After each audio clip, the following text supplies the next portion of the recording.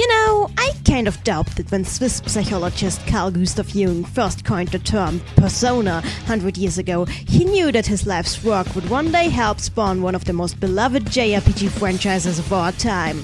And yet we're here. Social linking, demon contacting, dancing, battling, dungeon crawling, fan game making, Crunchyroll using, hacking, translating, twittering, and what else there's to do in the unique world of Persona.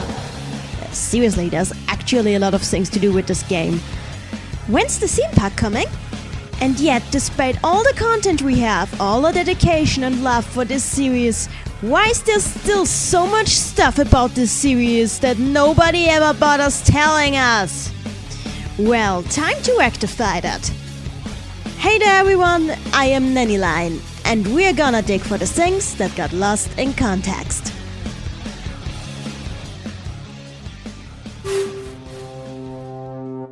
Considering how integral a part of the lore Personas are to the franchise, I mean, the freaking games are called Persona.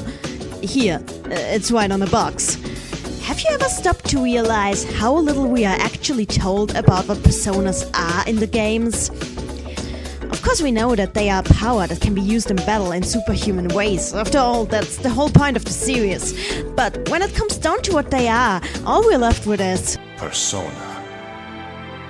It is the power to summon the selves within you, the gods and the demons you harbor. And A shadow is suppressed power, and when controlled by one's ego, it becomes a persona. But what does any of this actually mean in context of the lore? How does a shadow, someone's innermost dark side, become a mask or gods and demons inside our heart? And how does any of this relate to the term persona? Persona is defined by the dictionary as the aspect of someone's character that is presented or perceived by others. But it's also a psychological term, or a term for a character or a role adopted by an actor or an author. This isn't a coincidence either. Carl Gustav Jung based the term on the word for masks that actors in Greek tragedies wore in their performances. The Greek verb personare means to sound through, which is exactly what these masks were there for. Through them, the actors let their characters' voices sound out to the audience. Jung used this term to refer to a person's personality as it is presented, rather than its whole, true entirety. Jung believed that the human mind doesn't simply consist of a single personality, but rather that it is a complicated system of countless mini-personalities called complexes, which constantly cluster together, split, replace each other, and change in their construction. You can imagine them as ice crystals swimming in a pool of water. They're all made of water the same, but they're still distinct from each other, right? Three of the largest complex clusters that, according to Jung, all people have in common are the Ich, or ego, the center of our consciousness through which we experience ourselves and can basically, be aware that we exist.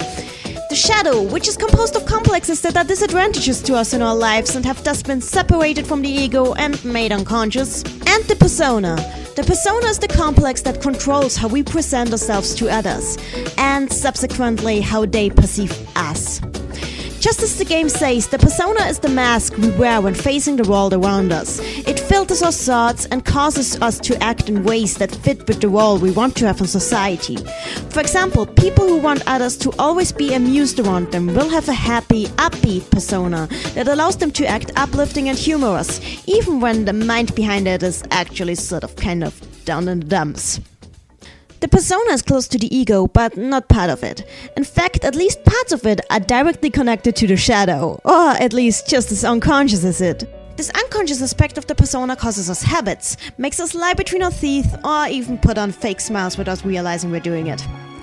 Also, since the persona actually primarily exists to balance out the influence of the shadow, which would make us act like permanent jackasses to everyone around us if it went unchecked, the persona and shadow are directly complementary. Every trait the persona shows is either the exact opposite of a trait in the shadow, or it exists to filter the shadow's whims in a way that allows us to express them without being, complete and utter douchebags.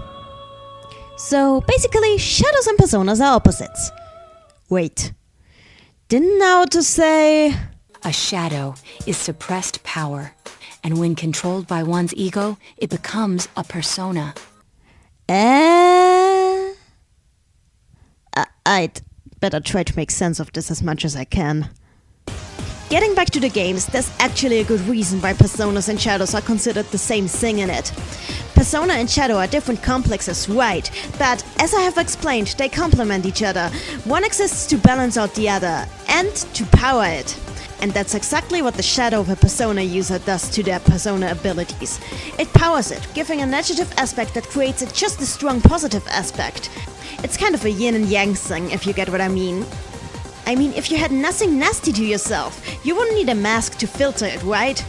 Also, you probably either wouldn't be human or you would have apathy syndrome, but I'll get to that in another video.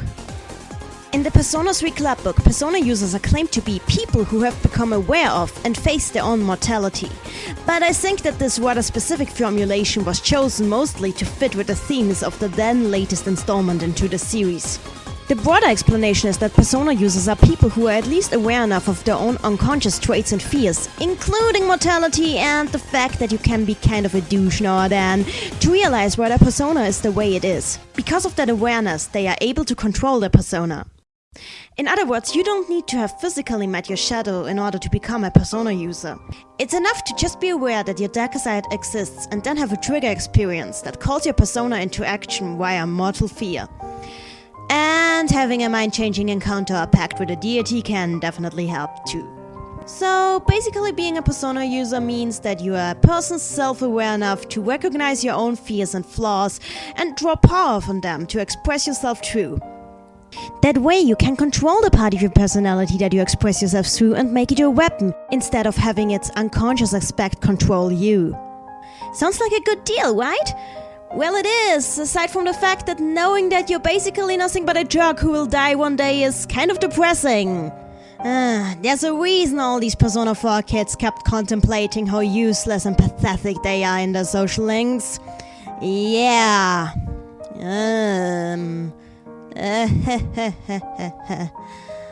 Maybe sometimes ignorance really is bliss, huh?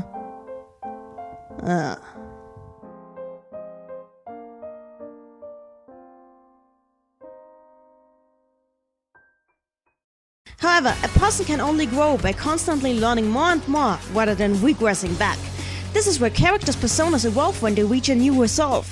With their courage and resolve, their self-awareness has grown, and so has their ability to express themselves and control their persona.